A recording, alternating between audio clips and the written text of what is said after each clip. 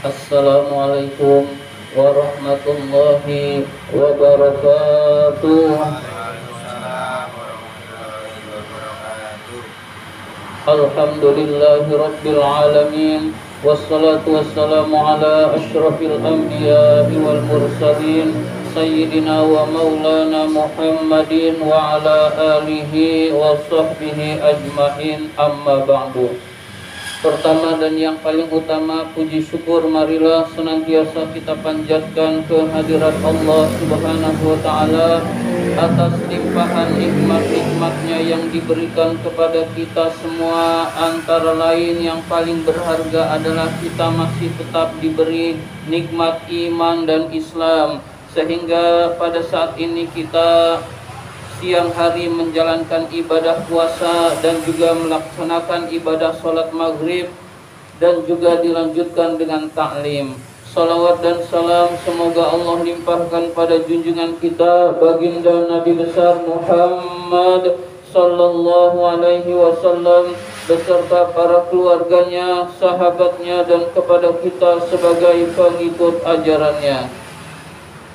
Marilah kita awali ta'lim kita dengan membaca surat Al-Fatihah, dengan niat mudah-mudahan kita semua dikuatkan iman dan Islam kita sehingga dapat melaksanakan ibadah Ramadan dengan sebaik-baiknya. Mudah-mudahan kita mendapatkan ilmu yang bermanfaat, diberikan kesehatan oleh Allah Subhanahu wa ta'ala, diberikan rizki yang banyak, yang halal dan yang berkah, serta dimudahkan urusan-urusan kita. Ala hadhihi niyah wa ala kulli niyatin salihah wa ila hadratin Nabil Mustafa Rasulullah sallallahu alaihi wasallam. Al-Fatihah. A'udzubillahi minasy syaithanir rajim. Bismillahirrahmanirrahim. Alhamdulillahi rabbil alamin. Ar-Rahmanir Rahim. Maliki yaumiddin. Iyyaka na'budu wa iyyaka nasta'in. Ihdinas siratal mustaqim. Siratal ladzina an'amta 'alaihim ghairil maghdubi 'alaihim waladdallin. Amin.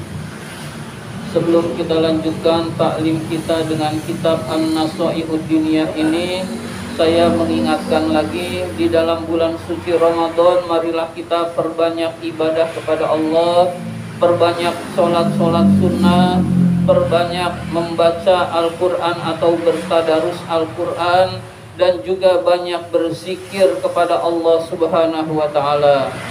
Ada satu amalan yang apabila amalan ini dibaca pada saat ba'da maghrib, maka nilai pada malam itu adalah seperti Lailatul Qadar. Mari kita baca amalan tersebut. La ilaha illallahu, la ilaha illallah, Al-Halimul Karim, Al-Halimul Karim, Subhanallahi, Subhanallah, Rabbis samawati sab'i, Rabbis samawati sab'i, wa Rabbil arsyil azim, wa Rabbil arsyil azim. La ilaha illallah, la ilaha illallah, Al-Halimul Karim, Al-Halimul Karim, Subhanallahi, Subhanallah, Rabbis samawati sab'i, Rabbis samawati sab'i, wa Rabbil arsyil azim, wa Rabbil arsyil azim. La ilaha illallah, la ilaha illallah, Al-Halimul Karim, Al-Halimul Karim, Subhanallahi, Subhanallah, Rabbis samawati sab'i, Rabbis samawati sab'i, wa Rabbil arsyil azim, wa Rabbil arsyil azim. Ya, dibaca pada malam bulan Ramadan ba'da maghrib sebelum Isya, maka nilai malam Ramadan ini menjadi malam Lailatul Qadar bagi orang yang membacanya. Adapun zikir yang populer yang hendaklah sering kita baca adalah Allahumma innaka afuwun tuhibbul afwa fa'fu anni. Ini dibaca di malam Ramadan, setiap malam Ramadan. Adapun yang siang malamnya adalah asyhadu an la ilaha illallah, astaghfirullah, as'aluka ridhaka wal jannah wa a'udzubika min sakhatika wan nar. Nah, ini kita ulang-ulang terus baik malam maupun siang hari di dalam bulan suci Ramadan, agar kita menjadi orang-orang yang dekat dengan Allah Subhanahu wa taala. Mari kita lanjutkan taklim kita, pembahasan kitab An-Nasaihul Diniyah ini.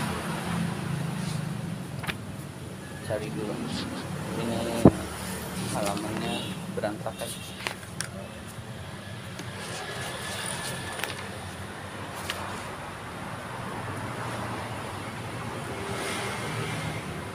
Bismillahirrahmanirrahim. Halaman 86, baris pertama. Bismillahirrahmanirrahim. Wa qala Ibnu Umar radhiyallahu anhu. Wa qala Ibnu Umar radhiyallahu anhu. Ibnu Umar berkata. Jadi Ibnu Umar itu salah seorang sahabat Rasul, yaitu bernama Ibnu Umar berkata, "Lau shallaitum, jika kamu salat, hatta takunu kal hanaya, sehingga kamu menjadi seperti bungkuk, seperti orang bungkuk. Jika kamu sholat kemudian kamu menjadi bungkuk, wasumtum, dan kamu berpuasa, hatta takunu, sehingga kamu menjadi kal autari, sangat kurus, menjadi orang yang sangat kurus. Jika kamu sholat terus menerus rajin lalu kamu bungkuk karena sholat. Jika kamu berpuasa lalu kamu menjadi orang yang kurus karena puasa, lam yaqbal dzalika, Allah tidak menerima hal itu, minkum, dari kalian, illa, kecuali biwaroin, dengan memiliki sifat waro, hajizin, yang sempurna. Jadi memiliki sifat waro yang sempurna artinya berhati-hati terhadap yang haram dan yang syubhat. Yang syubhat dia jauhi, yang haram dia jauhi. Misalkan kita sholat kita, baju kita boleh mencuri atau hasil mencuri atau hasil yang diharamkan oleh Allah Subhanahu wa taala, maka sholat kita meskipun sampai bungkuk kita rajin sholat kita tidak diterima oleh Allah Subhanahu wa taala. Lalu ada makanan yang haram ke mulut kita, lalu kita ibadah, maka ibadah kita ada tenaga yang dihasilkan dari yang haram, ibadah kita tidak diterima oleh Allah Subhanahu wa taala. Nah, ini sangat penting menjaga yang haram, hadirin sekalian. Begitu juga kita berpuasa. Lalu kita berpuasa sampai rajin berpuasa baik Ramadan maupun puasa sunnah, Allah tidak menerima kalau di perutnya ada makanan yang haram. Bukanya pakai makanan yang haram, sahurnya makan makanan yang haram, Allah tidak menerima amal puasanya, hadirin sekalian. Berarti sangat rugi orang yang makan makanan yang haram. Pertama, dia berdosa. Yang kedua, ibadah apapun gak jadi diterima karena di dalamnya ada tenaga yang haram. Tenaga yang haram itu dia lakukan untuk ibadah, ibadahnya tidak diterima, hadirin sekalian. Jadi sangat rugi orang yang memakan makanan yang haram. Jadi yang haram itu jangan kita anggap rezeki. Ini musibah kalau kita konsumsi, hadirin sekalian. Wa yuqalu, dan dikatakan, inna fit taurati, sesungguhnya di dalam kitab Taurat, titik 2 berarti dijelaskan di dalam kitab Taurat, malam yubali, barang siapa yang tidak peduli, min aina mat'amuhu, dari mana makannya berasal, lam yubalillahu, maka Allah tidak peduli, min ayyi abwabin nari, dari pintu mana saja, pintu neraka mana saja, adkhalahu, dia masuk ke dalamnya. Jadi orang yang tidak peduli mau halal mau haram yang penting duit, mau halal mau haram yang penting makanan, mau halal mau haram yang penting rumahnya mewah, maka orang tersebut tidak peduli terhadap yang halal dan yang haram. Allah tidak peduli dia masuk neraka lewat pintu mana, hadirin sekalian. Jadi rugilah orang yang tidak peduli yang halal dan yang haram. Jadi kita orang Islam yang penting halal. Jadi yang penting halal. Dengan halal diridhoi oleh Allah Subhanahu wa taala. Dengan diridhoi oleh Allah, insya Allah ibadah kita diterima, hadirin sekalian. Insya Allah puasa kita diterima sehingga menjadikan kita dekat dengan Allah Subhanahu wa taala. Waqala, dan berkata Sufyan As-Tsauri rahimahullah. Sufyan As-Tsauri ini seorang tabi'in. Tabi'in itu setelah sahabat. Rasul punya orang-orang yang beriman melihat Rasul, namanya sahabat. Sahabat, lalu ada orang-orang yang beriman setelah sahabat tidak pernah melihat Rasul, namanya tabi'in. Nah, Sufyan As-Tsauri ini seorang tabi'in rahimahullah berkata, Masalul ladzi yunfiqu fi ta'atillah, perumpamaan orang yang meninfakkan di dalam taat pada Allah, minal harami, dari yang haram. Jadi perumpamaan orang yang berinfak, rezekinya rezeki haram, uangnya hasil mencuri, uangnya hasil korupsi, dia berinfak di jalan Allah, hadirin sekalian. Masalul ladzi yaghsilus sauba, seperti orang yang mencuci baju, al-mutanajjasi, yang terkena najis, bil bauli, dengan air kencing. Jadi mencuci baju dengan air kencing. Jadi mencuci baju dengan air kencing, maka baju itu tidak tambah bersih, tapi tambah kotor, tambah banyak najisnya. Itulah orang perumpamaan orang yang berinfak di jalan Allah dari hasil yang haram, hadirin sekalian. Jadi yang haram itu ditolak oleh Allah Subhanahu wa taala. Jadi orang yang berinfak di jalan Allah, hasil korupsi, nyantunin anak yatim, nggak diterima santunannya oleh Allah, hadirin sekalian. Ama anak yatimnya diterima, dia nggak tahu halal buat anak yatimnya. Buat yang bersedekahnya tidak diterima santunannya oleh Allah Subhanahu wa taala, dan tetap bertambah-tambah dosanya, hadirin sekalian. Jadi ibarat mencuci baju terkena najis, nyucinya sama air kencing, maka baju itu bertambah najis, hadirin sekalian.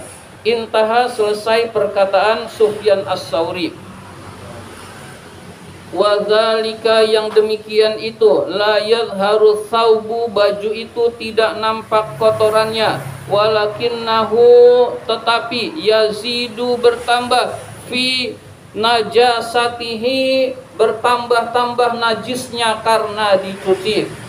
Baju kalau terkena najis itu tidak terlalu kelihatan, tetapi dicucinya pakai air kencing, maka bertambah-tambah najisnya, hadirin sekalian.